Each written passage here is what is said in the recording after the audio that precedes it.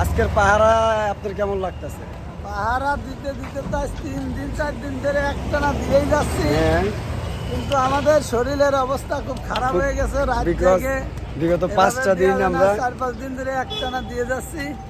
তো এখন আমরা চাই যে পুলিশ তাড়াতাড়ি চলে আসুক এবং পুলিশের পোশাক চেঞ্জ করে অন্য পোশাকে আসুক, নাহলে আগের পোশাক থাকলে মানুষের ভিতরে একটা দ্বন্দ্ব থাকবে, ভিতরে একটা ক্ষোভ থাকবে যে ওই আগের পুরনো কথা মনে পড়বে। এই আগের জন্যই, পুলিশের যে আগের রঙই আছে।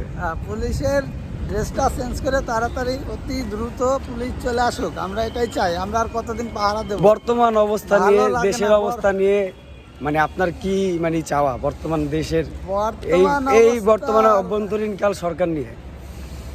অভ্যন্তরীণ সরকার নিয়ে এখন যারা উপর লেভেলে আছে এরাই ভালো বোঝে, আমরা এসব বুঝি না। আমাদের দরকার শান্তি, আমরা শান্তিতে থাকতে চাই, ঠিক আছে? বাক স্বাধীনতা চাই, বাক স্বাধীনতা চাই, কিছু সবকিছু বলার অধিকার চাই।